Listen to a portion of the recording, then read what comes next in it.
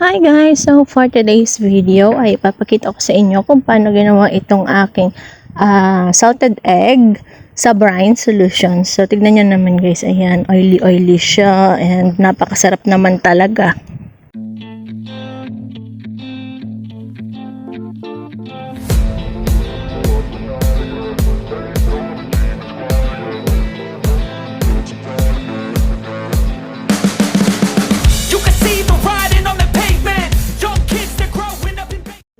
Malapit kami sa Itkan ngayon. Meron tayo ditong itlog ng bibe. Bibe ba yung duck? Hindi ba pato yung duck? Pato, bibe. Same lang naman yun, di ba? Hindi ko lang alam. Pero ito, duck eggs. Medyo mabaho. Ang duck eggs. So, feeling ko may sira ito. Feeling ko sira to. Yan. Iba yung shell niya. So, ito na lang ang 4. So, last namin gawa ng aming brine solution na tinuro sa amin ni Ma'am Villegas sa Culinary Arts ang salted egg. So, gagawa tayo ngayon ng salted egg. Meron tayo ditong asin. And ito ay itlog ng duck. Hindi ko alam kung ano yung duck, kung bibi ba o pato o same lang ba yun. I don't know. But, I will make salted egg out of this one. Kailangan natin is 2 liters of water para sa salted egg natin. So, dahil maliit yung lagayan natin, dito na siya kasya. So, this is 1 liter. Ang laman nito ay 1 liter lang. So, ito na lang yung papakuluan natin. 1 liter of water.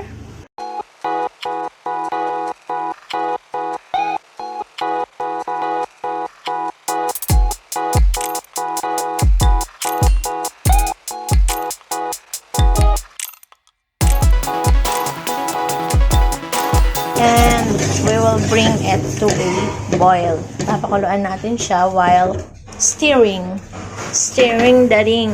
Ayan guys, so papakuluan natin siya. Kailangan matunaw yung salt na yan. Yung ating duck eggs, nilinis ko na siya.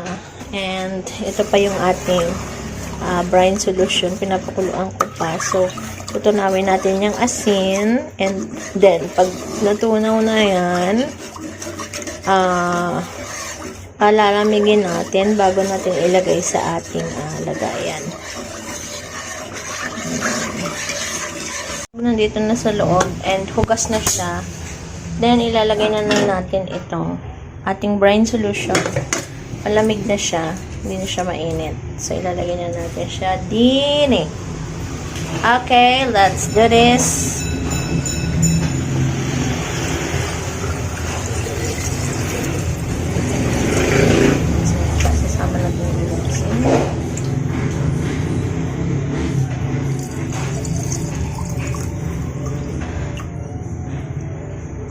Ayan. So, kailangan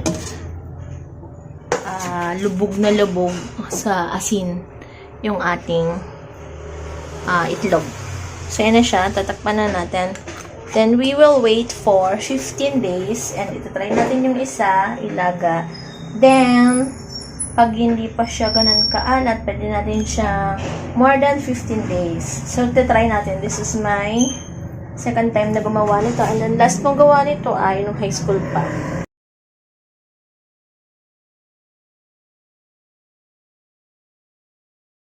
Itlog guys, na maalat na binabad sa brine solution. Ayan, tinanggal ko na siya. Ito na yung asin.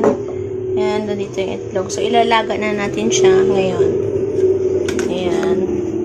Ayan na siya guys. Ilalaga na natin siya. At itatry na natin. So, ngayon is 10th days. Ika-10th day lang ng itlog. So, itatry na natin siya kung okay ba siya or mag-antay pa tayo ng 15 days. Laga nating itlog. Magbubukas tayo ng isa and then yung dalawa, iiwan natin. Titignan natin kung ilang days ang itatagal niya. So, bubuksan na natin yung isa. Titignan natin yung laman. Ayan. So, ito na nga siya guys. Ito yung dalawa. Titignan na natin yung laman. ng ating ginawang egg. Wow! So, ito yung ating ano guys,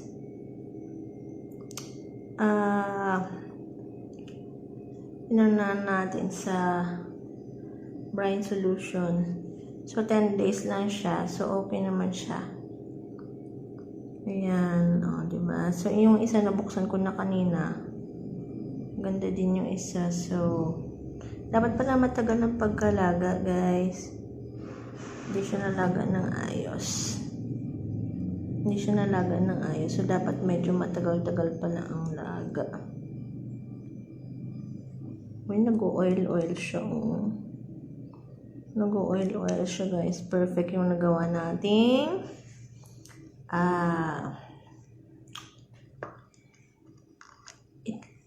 itlog na maalat. Ayan.